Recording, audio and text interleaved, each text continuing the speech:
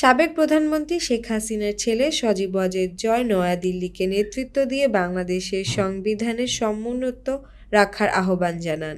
তিনি বলেন, আমি আশা করব ভারত নিশ্চিত করবে যে ৯০ দিনের সাংবিধানিক সময়সীমার মধ্যে বাংলাদেশে নির্বাচন অনুষ্ঠিত হবে, অরাজকতা বন্ধ হবে এবং আওয়ামী লীগের প্রচারণা ও পুনর্গঠন অনুমতি দেওয়া হবে। যদি সেটি নিশ্চিত করা হয়, আমি এখনও নিশ্চিত যে আমরা নির্বাচনে জয়ী হব।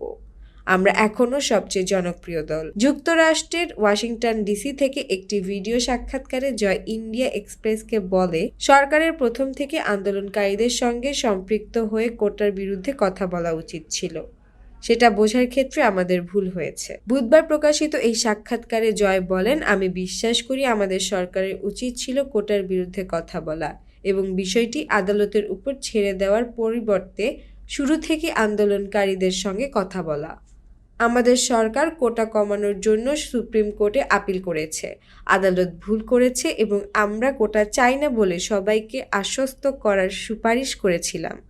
কিন্তু আমাদের সরকার সেটি শোনেননি এবং বিচার ব্যবস্থার উপর বিষয়টি ছেড়ে দিয়েছে। শেখ হাসিনার উপদেষ্টা জয় দাবি করেছেন, শিক্ষার্থীদের এই আন্দোলন সহিংস হয়ে ওঠার পেছনে একটি বিদেশি গোয়েন্দা সংস্থার হাত আছে। ৫ আগস্ট বাংলাদেশ থেকে তার মায়ের চলে যাওয়া ২৪ ঘন্টার ঘটনা বর্ণনা করে জয় বলেন, একদিন আগেও তিনি বা শেখ হাসিনা কেউ ভাবেননি যে পরিস্থিতি এত দ্রুত নিয়ন্ত্রণের বাইরে চলে যাবে।